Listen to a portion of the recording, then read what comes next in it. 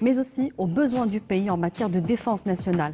Alors à quoi ressemble aujourd'hui le service national? Loin bien sûr des clichés et des idées reçues, la dernière loi sur le service national en vigueur depuis 4 ans a justement été pensée pour apporter, selon le MDN, plus de souplesse et d'efficacité en matière de traitement des dossiers d'incorporation. Avec nous pour en parler ce soir, le colonel Belaïd Foued, représentant de la direction du service national au ministère de la Défense nationale.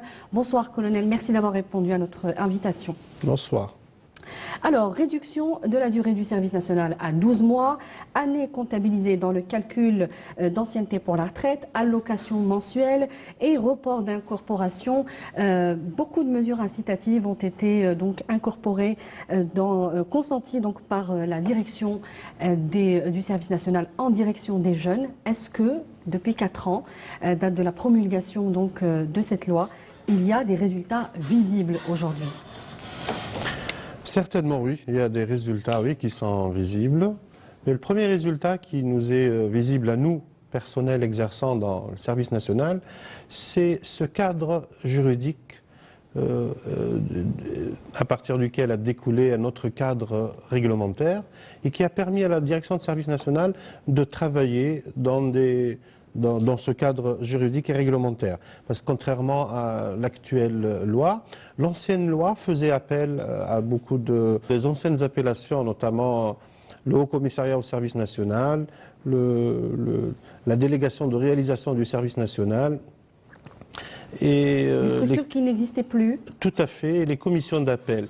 Il n'y avait pas uniquement ces structures qui n'existaient plus, il y a aussi des appellations de fonctions qui ne sont plus. Maintenant, il y a la direction de service national, des centres de service national. Anciennement, il y avait des bureaux de sélection et d'orientation, il y avait des bureaux de recrutement. Donc, cette adaptation à la réglementation sur le terrain a permis effectivement à la direction de service national de travailler dans ce cadre-là. Si je reviens maintenant aux résultats qui sont visibles, dont vous venez de citer notamment la réduction de la période du service national, effectivement, le grand résultat qu'on a vu dès la mise en œuvre de cette mesure, c'est l'engouement des jeunes à satisfaire à cette obligation.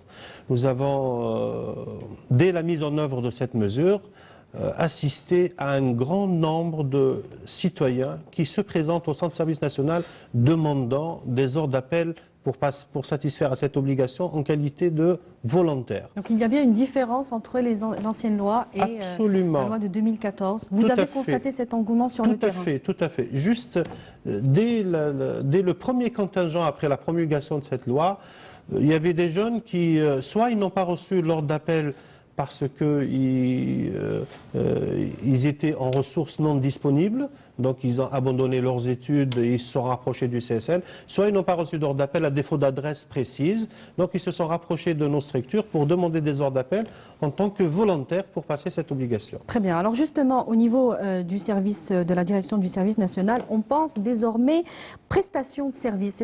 Ce sont des mots importants, puisque justement, vous pensez à l'amélioration de l'accueil. C'est d'ailleurs le thème de l'année en cours, le thème de l'année 2018, l'accueil des citoyens. Qu'est-ce qui a changé concrètement en matière d'accueil ? Tout à fait. Plutôt, qu'est-ce qui va changer aussi cette année? Lors de la dernière réunion des cadres du service national, il a été décidé effectivement que l'année 2018 soit une année pour prêter une attention particulière à l'accueil des citoyens, notamment en réduisant les temps d'attente des citoyens dans nos salles d'accueil et aussi leur permettre que ce temps d'attente-là soit dans des espaces aménagés permettant à ce temps d'attente qui se passera dans de très bonnes conditions. Aussi, en plus de ça, on a prévu de dispenser une formation adaptée à nos personnels militaires chargés de l'accueil, de sorte à assumer les missions qui sont les leurs dans de bonnes conditions. Et justement, en matière d'accueil, beaucoup de jeunes Algériens appréhendent un petit peu parfois les conditions de vie dans une base militaire, dans une caserne. Qu'est-ce que vous leur diriez ce soir ? En ma qualité aussi de commandant d'unité militaire, je peux vous garantir, madame, que les conditions de vie des appelés du service national, au même titre d'ailleurs que les actifs ou les militaires de l'actif, sont très satisfaisantes. Et d'ailleurs, je vous invite... Beaucoup plus qu'avant? Certainement, certainement. Donc, je vous invite à... Je vous propose plutôt d'inviter sur ce plateau-là des gens qui ont passé le service national et ils pourront confirmer ce que je peux vous dire. Donc, et de manière générale, est-ce que vous pensez justement qu'il y a des sortes de clichés, de fausses idées véhiculées sur le service national qui alimenteraient justement ces appréhensions des jeunes en direction du service national? s'il y a des clichés péjoratifs faussement véhiculés sur le service national, madame, moi je dirais que c'est plutôt des gens qui ignorent totalement ce service national qui véhicule ces clichés. Soit parce qu'ils n'ont pas passé le service national, ils ont été inaptes ou dispensés, enfin ils n'ont pas été aptes au service national ou dispensés, soit c'est des gens qui n'ont pas encore passé le service national. Parce que pour ceux qui ont passé le service national, leur idée sur le service national est tout à fait autre de ce que je viens d'entendre. Pensez-vous justement que la sensibilisation sur et autour de la question du service national a été suffisamment prise en charge par nos institutions publiques et évidemment les écoles en premier lieu? En fait, quand on parle de sensibilisation pour un devoir de la nation, madame, je dirais qu'on n'en en fait jamais assez. Sensibiliser pour un devoir pareil, plus on fait, mieux ça vaut. Mais indépendamment de la sensibilisation de nos institutions publiques, comme vous venez de le citer dans votre question, je dirais plutôt c'est aux parents, et notamment aux pères, qui a un rôle de chef de famille, qui a un rôle très important dans la sensibilisation de ces enfants, notamment les garçons parmi eux, pour leur éviter de tomber dans la situation contentieuse qui les gênera dans la suite de leur vie de tous les jours. Donc c'est aux parents, j'insiste beaucoup, c'est aux parents d'informer ou d'accompagner leurs enfants à satisfaire cette obligation dans de bonnes conditions. Mais comment voulez-vous que les parents soient de bons, comment dire, puissent sensibiliser correctement leurs enfants, sans peut-être vraiment être au courant des lois en vigueur et peut-être aussi de la portée, de la dimension du service national? Tout à fait. J'insiste sur les parents, madame, parce qu'un jeune à 17 ans, il a l'obligation de recensement. Un jeune, comme je suis en train de l'appeler, il est jeune.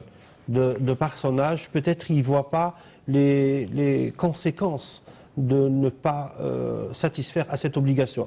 Par contre, son père, qui est bien sûr bien passé par cet âge-là, moi j'insiste un peu sur cet âge, que le fait qu'il est déjà passé par... Il connaît, il a une idée un peu des conséquences et il peut sensibiliser son fils pour qu'il ne soit pas dans des situations contentieuses. Et nous avons discuté, vous et moi, en off, sur la portée du service militaire et vous m'avez dit cette phrase que au sein du service militaire, du service national, pardon, vous formiez les jeunes à être dans des conditions peut-être difficiles. C'est peut-être ça, cette notion qui n'est pas intégrée dans la sensibilisation aujourd'hui? Peut-être, je dirais ça. Mais la sensibilisation, c'est surtout comment devons-nous se comporter devant une obligation. Parce qu'à cet âge-là, à 17 ans, peut-être que les jeunes ne connaissent pas la portée, c'est quoi une obligation envers la nation. Mais j'insiste encore une fois, c'est aux parents, et notamment aux pères, d'expliquer à leurs enfants qu'une obligation, on doit la satisfaire, surtout quand elle se rapporte à la nation. Alors, la durée du service national a longtemps fait débat. Elle a été ramenée à 12 mois. En quoi, aujourd'hui, cette formation a été, comment elle a été réétudiée pour mieux convenir donc à cette durée de 1 an, en l'occurrence? Elle est passée de 18 mois à 12 mois aujourd'hui. Tout à fait. Donc, indépendamment, madame, des différents débats qui ont suscité sur le service national, le choix de réduire le service national à 12 mois a été bien sûr pris dans le cadre de la mise en œuvre de l'orientation de Monsieur le Président de la République, chef suprême des Forces armées, ministre de la Défense nationale, dans son premier discours à la nation du 29 mai 1999, énoncé dans son premier discours bien sûr, en en faveur, bien sûr, de la jeunesse algérienne. C'est dans ce cadre-là que le haut commandement de l'armée nationale populaire, à sa tête, monsieur le général de corps d'armée, vice-ministre de la Défense nationale, chef d'état-major de l'armée nationale populaire, a présenté un projet de loi à messieurs les députés qui prend justement en compte cette mesure de réduction. Et c'est ainsi qu'est devenue par la suite cette loi, l'actuelle loi en vigueur. 1406. Tout à fait, la loi 1406, et qui prend en mesure cette mesure. Donc la formation en elle-même n'a pas changé. L'instruction, elle a été réduite de 6 mois à 4 mois, c'est bien cela? Tout à fait. Et ensuite, qu'est-ce qui se passe pour les non-connaisseurs du service national? Qu'est-ce qui se passe donc après l'instruction? Donc avant, quand c'était 18 mois, madame, il y avait bien sûr un temps qui était... Parce que le service national, c'est une période d'instruction militaire, c'est une période d'emploi, bien sûr, et une période de repos aussi, si on veut les comptabiliser. Donc actuellement, pour 12 mois de service national, effectivement, il y a une étude au niveau des structures de l'armée nationale populaire pour revoir à la baisse l'instruction militaire, de sorte à ce que l'emploi aussi, la période où l'appelé sera en travail, sera assez conséquente. Actuellement, effectivement, elle varie de 2 à 4 mois, la période d'instruction, et le reste, bien sûr, est réservé à la mise en pratique de ce qu'il a appris pendant la période d'instruction. Très bien. Alors, en moyenne, 400 000 jeunes sont recensés annuellement par les services, donc la direction du service national. Comment l'introduction de l'outil informatique a pour le moins révolutionné l'efficacité de cette opération?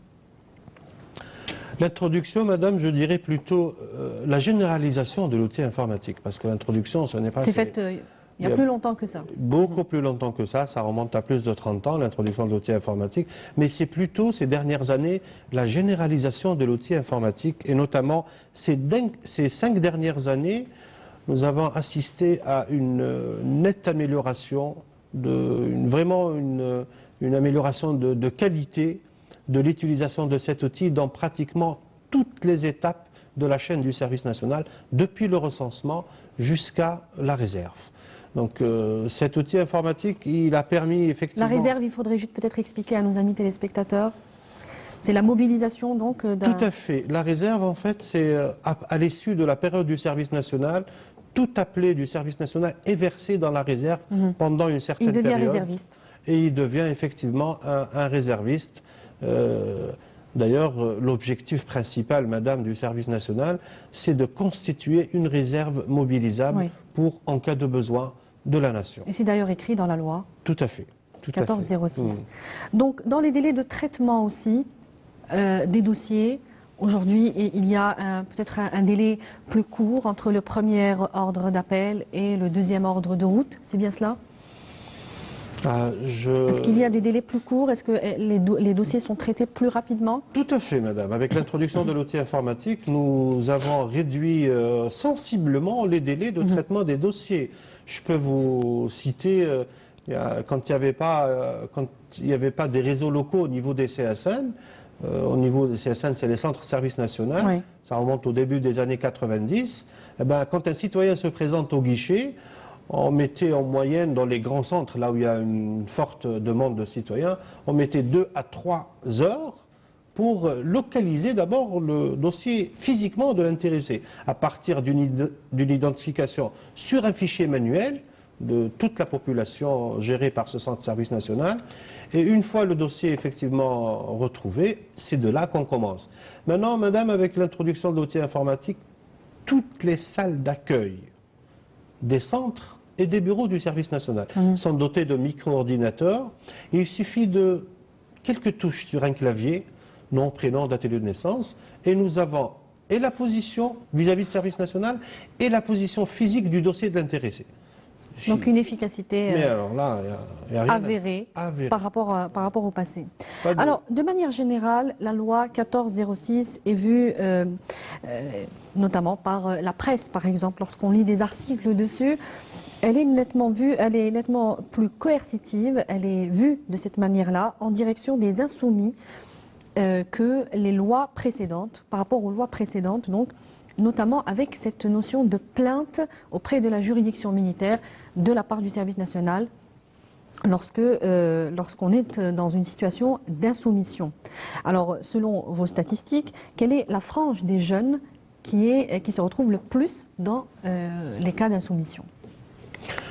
Avant de vous répondre, je préfère d'abord préciser que la loi 1406, madame, n'a pas inventé l'état d'insoumission.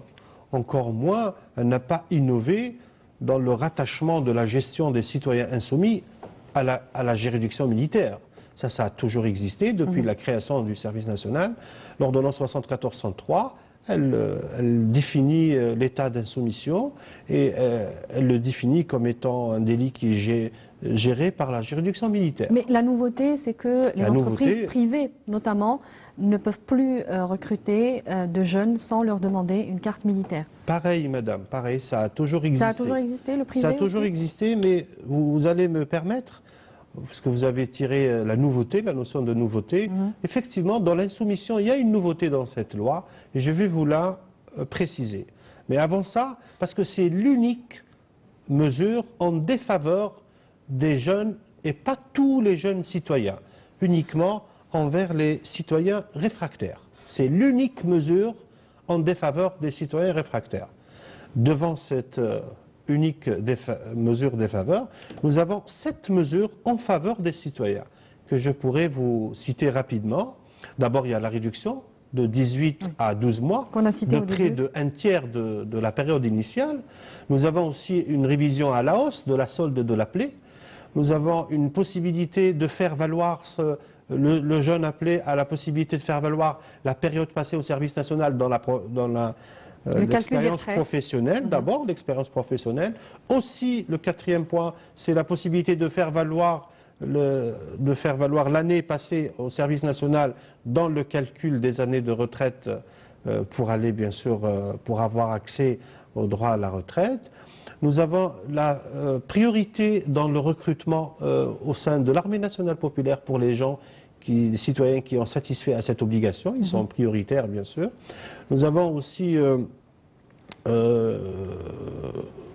par rapport aux jeunes aussi qui avaient un travail dans le public et qui peuvent le retrouver. Exact. Nous avons cette 6e qui est être assuré de réintégrer par force de loi, être assuré par force de loi, de réintégrer son poste de travail, même en surnombre, ou un poste équivalent. Donc ça aussi, c'est une autre 6e faveur. Et la dernière faveur, c'est le rallongement de la période du recensement. Vous allez me dire comment rallonger la période de recensement est une faveur. Tout à fait, madame, c'est une faveur, parce que c'est de là que découlera l'insoumission. Au lieu que dans l'ancienne loi, on faisait le recensement en 2 mois au niveau des mairies, avec cette loi-là, on a la possibilité de le faire pendant 9 mois. Les mairies, pendant 9 mois, du 2 janvier au 30 septembre de chaque année, ils reçoivent des citoyens et ils leur donnent la possibilité de ne pas rater cette période de recensement et de là éviter, comme le stipule la loi, éviter d'être insoumis. Parce que la nouveauté, madame, maintenant je vais vous la dire, c'est l'insoumission dans la nouvelle loi, elle a repris exactement la même chose qui est dans l'ordonnance 74-103. Ça veut dire qu'au premier ordre d'appel notifié à l'intéressé, s'il ne rejoint pas, on lui notifie un 2e ordre d'appel accompagné d'ordre de route. S'il ne rejoint pas, on le déclare insoumis.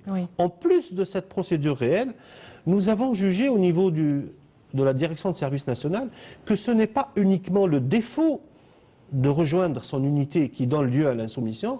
Nous avons jugé aussi que le défaut de recensement ou le défaut de répondre à la visite médicale donne aussi lieu à l'insoumission. Donc c'est ça la nouveauté, effectivement. Et d'ailleurs, vous allez me permettre d'attirer l'attention des jeunes qui sont nés en 1999, pardon, les citoyens qui sont nés en 1997, qu'ils auront 25 ans en 2022. Ces jeunes-là, s'ils n'ont pas fait l'obligation de recensement, ou ils n'ont pas satisfait à l'obligation de sélection, il est grand temps de se rapprocher des centres et des bureaux de service national pour régulariser leur situation, notamment en justifiant qu'ils poursuivent des études ou s'ils ont des dossiers à déposer. Parce qu'à l'âge de 25 ans, à partir de 2022, cette classe-là, s'il n'a pas fait le recensement ou il n'a pas fait la visite médicale, il sera déclaré insoumis. S'il est en situation irrégulière. C'est la différence. Alors, qu'est-ce qu'encourt un insoumis, justement, selon la législation? Un insoumis, madame, ce qu'il encourt le maximum, c'est de faire son obligation. Au même titre que celui qui est venu. Donc, il restera recherché, en fait. Voilà. Donc, d'abord, une plainte en insoumission. Il sera recherché et arrêté et conduit, dirigé vers son unité, là où il doit passer son service national, dans des conditions un peu spéciales par rapport à ses semblables, oui. Parce qu'il sera un Jondi du contingent, un Jondi de réserve, et quel que soit le niveau d'instruction terre. Il ne sera ni un aspirant, ni un sergent. C'est parce qu'il est insoumis, il passera... C'est une première mesure un peu coercitive envers le... Ça a été toujours comme ça. Envers l'insoumis. Enfin, l'insoumis, je vous dis que ça n'a pas été créé. Même avec l'ancienne loi, ça a été toujours comme ça. Non, je dis une première mesure par rapport à ses semblables, comme vous le dites. Il ne sera pas mis au même diapason que les autres. Tout à fait. Il ne bénéficiera pas des mêmes mesures qui sont données aux sous-officiers et aux officiers de réserve. Mmh. Voilà, et là, nous avons justement plusieurs questions, plusieurs internautes qui ont posé la même question par rapport aux insoumis qui ont atteint aujourd'hui l'âge de 30 ans avec les opérations de régularisation qui sont souvent en cours annuellement peut-être. Ils vous demandent justement une réponse par rapport à leur situation. Donc un insoumis, madame, il n'est pas géré par la direction de service national. Un insoumis, sa gestion relève de la juridiction militaire. Qu'il ait plus ou moins de 30 ans, cela ne différencie en rien dans son traitement. Pour les insoumis, nous avons deux catégories d'insoumis. Nous avons les insoumis qui ont été déjà condamnés par les tribunaux militaires et nous avons les insoumis qui ne sont pas encore condamnés par les juridictions militaires. Pour ceux qui ont été condamnés, avant d'abord d'être incorporés, ils doivent faire opposition à cette condamnation auprès du tribunal et ils doivent apporter le justificatif ou ils doivent apporter les raisons pourquoi ils n'ont pas passé ce service, ils n'ont pas répondu à cet appel. Oui. Les non condamnés, dès qu'ils sont arrêtés, effectivement, ils sont directement dirigés vers des centres spécialisés pour les insoumis pour effectivement passer leur période. Donc il n'y aura pas de situation exceptionnelle pour les insoumis, même s'ils atteignent l'âge de 30 ans, ils devront tout de même répondre au devoir national. Alors juste pour revenir à la question que je vous ai posée au début, quelle est la frange des jeunes qui est le plus concernée ou qui se retrouve le plus dans la situation d'insoumission, selon vos statistiques, globalement? Tout à fait. Nous n'avons pas une grande différence entre les citoyens qui ont quitté l'école très tôt ou ceux qui sont diplômés. Donc nous en avons des statistiques un peu variées entre toutes ces populations. Donc pour les insoumis, nous avons différentes catégories, des gens qui ont quitté l'école très tôt, nous avons aussi des universitaires. Donc il n'y a pas une quantité de citoyens. Il n'y a pas une frange qui se démarque plus que d'autres par rapport au service, par rapport à l'insoumission. Alors en 50 ans, le service national s'est très certainement modernisé, c'est ce que nous disons depuis le début de cette émission. Mais est-ce qu'il enseigne toujours cette notion de dévotion au travail, comme on a pu le voir lorsque le service national a été instauré les premières années, où les soldats donc, du service national travaillaient notamment comme dans le projet du barrage vert ou de la route de l'unité africaine. Est-ce que vous êtes toujours dans le même principe, dans le même esprit? Tout à fait, madame, tout à fait. Donc le service national a toujours permis de renforcer d'abord ce lien armée-nation. Toujours. Oui. Donc ce lien-là est toujours renforcé par le service national. Aussi, il y a l'apprentissage d'un fonctionnement collectif, dans un brassage de société favorisant une véritable cohésion sociale. C'est une vérité, madame. Et d'ailleurs, tout à l'heure, je vous ai invité à je vous ai proposé d'inviter des gens qui ont passé le service national. Ils pourront peut-être vous concrètement, en hiver, par exemple, on voit toujours les soldats de l'armée nationale populaire aller déneiger dans les villages, dans les villages un peu reculés et donc complètement fermés par la neige. Est-ce que les soldats du service national le font aussi, par exemple, font ce type de travail au service du citoyen? Exact, tout à fait. Donc, au même titre que les militaires de l'active, les appelés du service national participent dans toutes ces opérations-là. D'ailleurs, vous allez me permettre de rendre un vibrant hommage aux personnes des premiers contingents qui ont passé le service national et qui ont passé dans des conditions nettement défavorables à ce qui se passe actuellement. Très certainement. Je vous parle des années 69 et 70. Et aussi, ils ont passé le double de la période actuelle. Ils ont passé 24 mois, madame. À l'époque. Malgré toutes ces conditions, ils ont participé à la construction de ce pays et c'est tout à leur honneur. Alors justement, le cinquantenaire du service national, les festivités commenceront en avril prochain. Quel est le programme de votre direction? Et ce sera notre dernière question. Le cinquantenaire, madame, comme vous l'avez bien dit, donc l'institution du service national est opérée en avril 68. Effectivement, vous avez tout à fait raison. Il y a tout un programme qui se prépare au niveau de la direction de service national.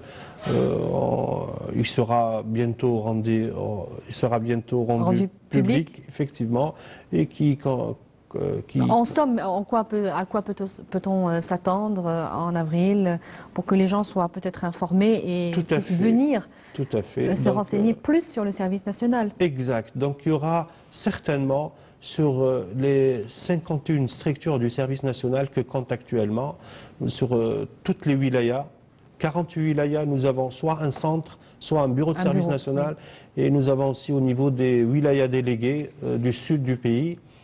Donc sur les 51 structures du service national, il y aura des portes ouvertes dans lesquelles nous expliquerons. Ça serait vraiment un manquement de notre part de laisser passer un événement pareil qui n'arrive qu'une fois tous les 50 ans. On ne va pas certainement le laisser passer comme ça. On va essayer et tout ce programme, madame, sera rendu public très bientôt. Voilà. On l'imagine bien. Colonel Blaïd Fouad, vous êtes représentant, je le rappelle, de la direction du service national du ministère de la Défense nationale. Merci d'avoir répondu à nos questions ce soir. C'est moi qui vous remercie, madame. Merci à vous également de nous avoir suivis. Je vous rappelle que le replay de l'émission vous sera proposé sur notre page Facebook, notre invité, Canal Algérie. L'émission sera rediffusée demain après le journal de la mi-journée. Je vous souhaite une excellente suite des programmes et à mercredi prochain. Au revoir.